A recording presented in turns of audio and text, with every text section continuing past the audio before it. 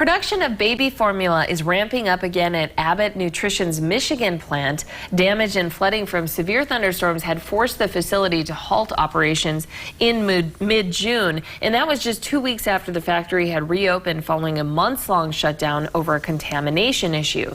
The closure contributed to a national shortage of baby formula. Abbott says its special formula for infants went back online July 1st, but it's still working to restart production of Similac products. That's so interesting. I hadn't heard about this story before, so I'm curious to see what's going on. The formula shortage actually impacted many parents living here in the 701. And that's what we're talking about in this week's Parent Panel, which is brought to you by DC Sensory Center. Okay, well, we are hoping that the baby formula shortage issue is nearly resolved. It's been certainly challenging to a lot of new moms around the country, but talk to me and our audience about your reaction to hearing that there was something like a baby formula shortage and how, you know, that could impact moms in the 701.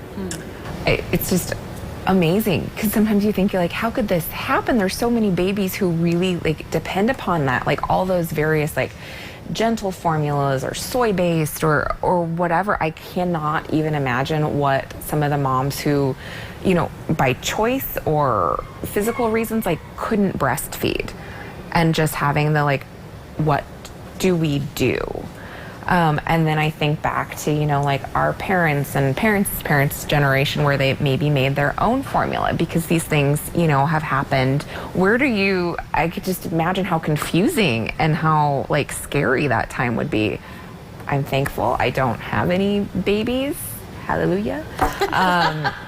But then also seeing the women rally around those moms and be like, hey, I've got an extra can of formula. You can have this. We're not using this anymore. And just seeing that motherhood camaraderie come together, just warmed my heart. One of my friends who pumped an obscene amount of breast milk. I've got some friends who are just freezers full, right? And she donated a whole bunch of it along the way, right? But there was an article that she tagged in about how it was all not healthy and not not very sanitary and all this stuff. And I thought to myself, gosh, I never did any of didn't clean before, we just stuck them on there and went, let's pump. But in shortages like these, we're the women who are out there breast pumping, extra, applaud them and donating it. That is awesome. And I think we're all just gotta just settle down a little bit. Let's hope for the best and hope it ends soon. And I, if those are you who are, know that people are donating breast milk, could take advantage of it, pump extra if you are, go for it. Maybe you can help somebody else. So, luckily I stopped pumping about a month before the shortage really took off. So great timing. And two, I was just getting to the point where mentally and emotionally, it was getting to be a lot, and it was taking away from just being whole as a person and being the best mom. Then all of a sudden, we started going to the store and seeing, and thankfully, we're so thankful that Axel is a pretty flexible kid where he can do the regular Enfamil, the regular Similac, but there was a moment where we're okay, we got to go to Target and we got to pick up some more formula, and we walked to the shelves and we didn't see his formula.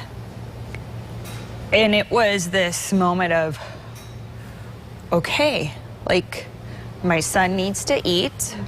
We have a little bit in the freezer, but we don't have a cow in the freezer, so what are we going to do? We've been so fortunate that's only happened once. And I have so much compassion and empathy for the moms that have to find that very specific and certain one. My husband made the comment the other day, he went to Walmart and he said, hey, I found some of Axel's formula. He said, I just got, one more pack because I don't, we're okay, but I don't want the next person coming in after me to not see any. And I was just this is, I hate this. I hate that this is the reality. But Yeah, so like I said, we're fortunate, but so much compassion and empathy for those really trying to find it. Oh, I just love hearing from April, Sarah, and Mariah. They are so well-spoken, so candid, you know, a lot of laughs over a serious issue. And this has been Parent Panel, which is brought to you by DC Sensory Center. If there are topics you'd like to hear us discuss, please send an email to studio701@kxnet.com. All right, and coming up next.